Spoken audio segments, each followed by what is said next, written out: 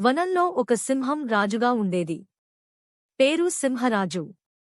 బలమైనవాడు, కాని చాలా అమాయకుడు. ఎవరు ఏమన్నా నమ్మేస్తాడు. అతని దగ్గర ఉండేది ఒక నక్క, పేరు ధూర్తిక. ఈ నక్కకి తెలివి ఎక్కువ.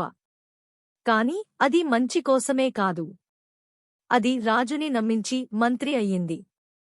నా మాటే విన్నా నీ రాజ్యం నిలుస్తుంది అని రోజూ చెవిలో చెప్పేది. ధూర్తికా, మన అడవిలో జింకలే ఎక్కువ. వాళ్లను కట్టడి చెయ్యాలి. వేట కోసం వెళ్ళాలి.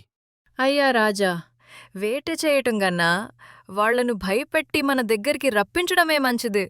మీరొక్కడే ఉన్నారు, నేను వ్యూహం వేస్తాను.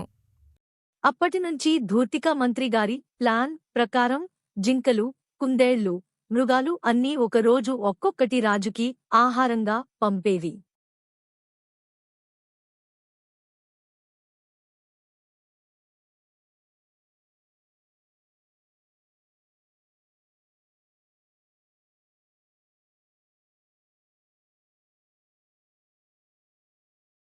ఈ వ్యవస్థ చూసి ఒక తెలివైన మేక అంది.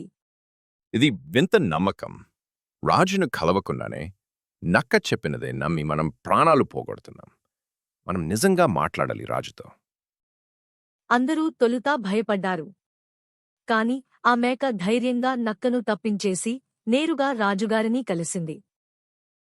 రాజాగారు, మీరు సత్యం తెలుసుకుంటే మిమ్మల్ని మోసం చేస్తున్న నక్కని క్షమించరు.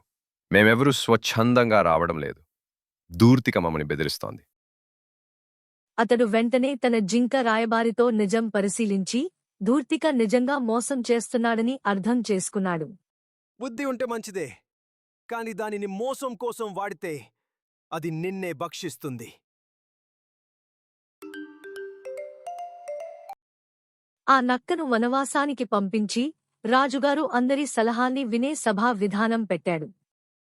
అడవి ప్రజలందరూ ఆనందంతో ఉన్నారు.